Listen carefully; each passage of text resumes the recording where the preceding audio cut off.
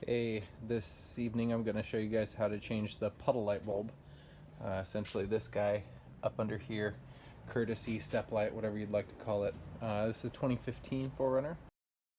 And really the only tools you're going to be needing for this is kind of a smaller flathead and a number 2 Phillips and an LED bulb. I like DDM tuning, they make some great bulbs. This is the D16, although it's just a 168 bulb, or the 194 bulb will do the same thing. I really don't think there's much difference between the bulbs at all, but 168 is what I'm using today, and they do work just great. Alright, so the first thing I'm going to do is go ahead and adjust here the power mirror all the way in as much as possible to kind of open up the gap at the far right side of the mirror so that I can slip my fingers in there. So essentially here we have it kind of tipped in and down as much as possible, kind of exposing as much of this upper corner as possible. And kind of what we're going to do here, there's not much to push on the inside as far as clips, so best way is kind of just to grab a hold of it and pull. So kind of with two hands, I don't want to pull all the way out on this corner, maybe stressing and potentially cracking the mirror. So kind of get as much in here as I can, and you're just going to give nice firm pressure, hold on to it so it doesn't fall to the floor when it pops free.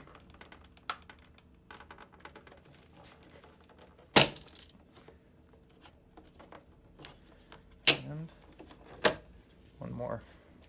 There, we're free. So you can essentially see there's this light tab here that does come to the defroster, but it is free. These are the 4 clips right here that just popped loose on that. So we'll go ahead and set that someplace safe. And then we'll grab our flathead screwdriver. This white painted piece is going to come free. So it has a couple of clips here. You can see this guy right inside here, it's white. And we're going to go ahead and free that clip with our flathead screwdriver here. There it is. And then there are a couple little clips up here as well that are going to be popped. Can't really push on them much, so we're just going to kind of release it right here and pull out, and this whole upper part will pop free. So just kind of pulled out at the corner here while releasing. Again, kind of hold on to this so it doesn't go flying and get scratched up if this falls on the ground. I have these 2 screws now here.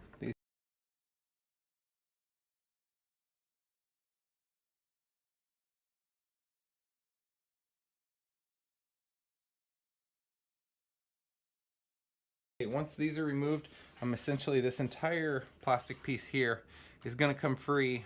Problem is, it is connected to this entire plastic piece that wraps all the way underneath the mirror here as well. So if we fold this open here, we can see there are little tabs. We're going to go ahead and push down to release that guy, kind of pushing out, and now we've got this corner free.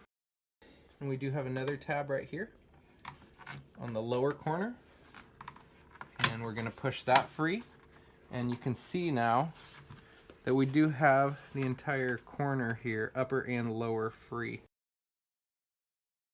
This doesn't take much, and now this is free as well.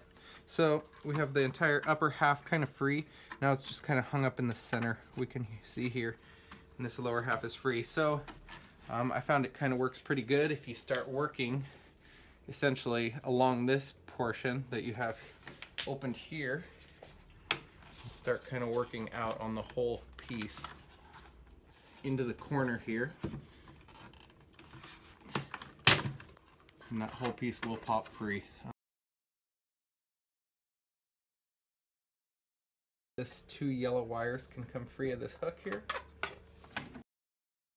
Now this bulb here, to bring it out, it's just a pretty firm twist, counterclockwise quarter twist. Put in our new 168 LED bulb. Now some of these 168s do have polarity. Not all of them do, but a good amount of them do. So I want to actually just make sure I don't put the entire thing back together and discover that the polarity was wrong. So I just want to verify it works before I put the car back together. So it is working.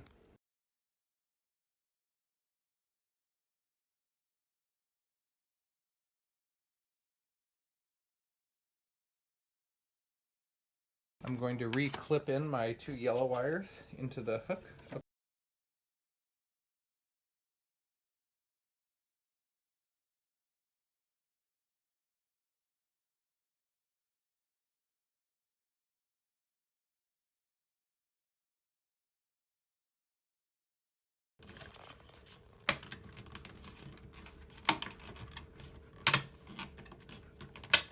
Have a little jiggle into place.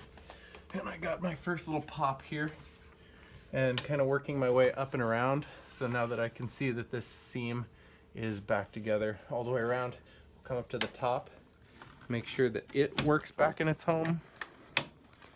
And this is kind of what was hanging me up. Needed to slide kind of over the shaft there. And back into this corner is clipped in. This is going to be a little loose here, and that's fine because actually the painted part is going to hold that on. So we're going to go ahead and replace these 2 screws here. We do have our yellow wires clipped back in.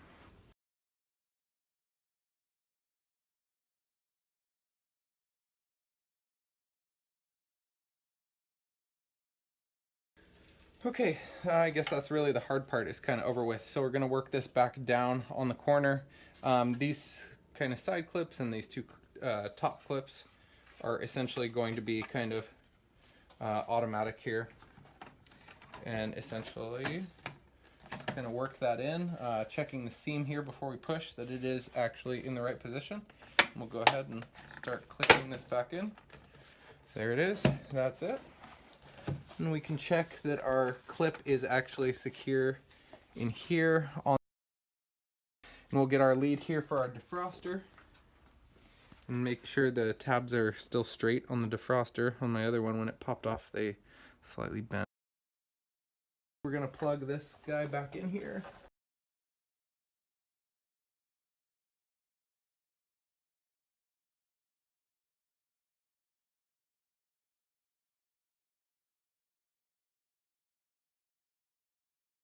And that looks about right to me, so we're going to go ahead and get all of our snaps there.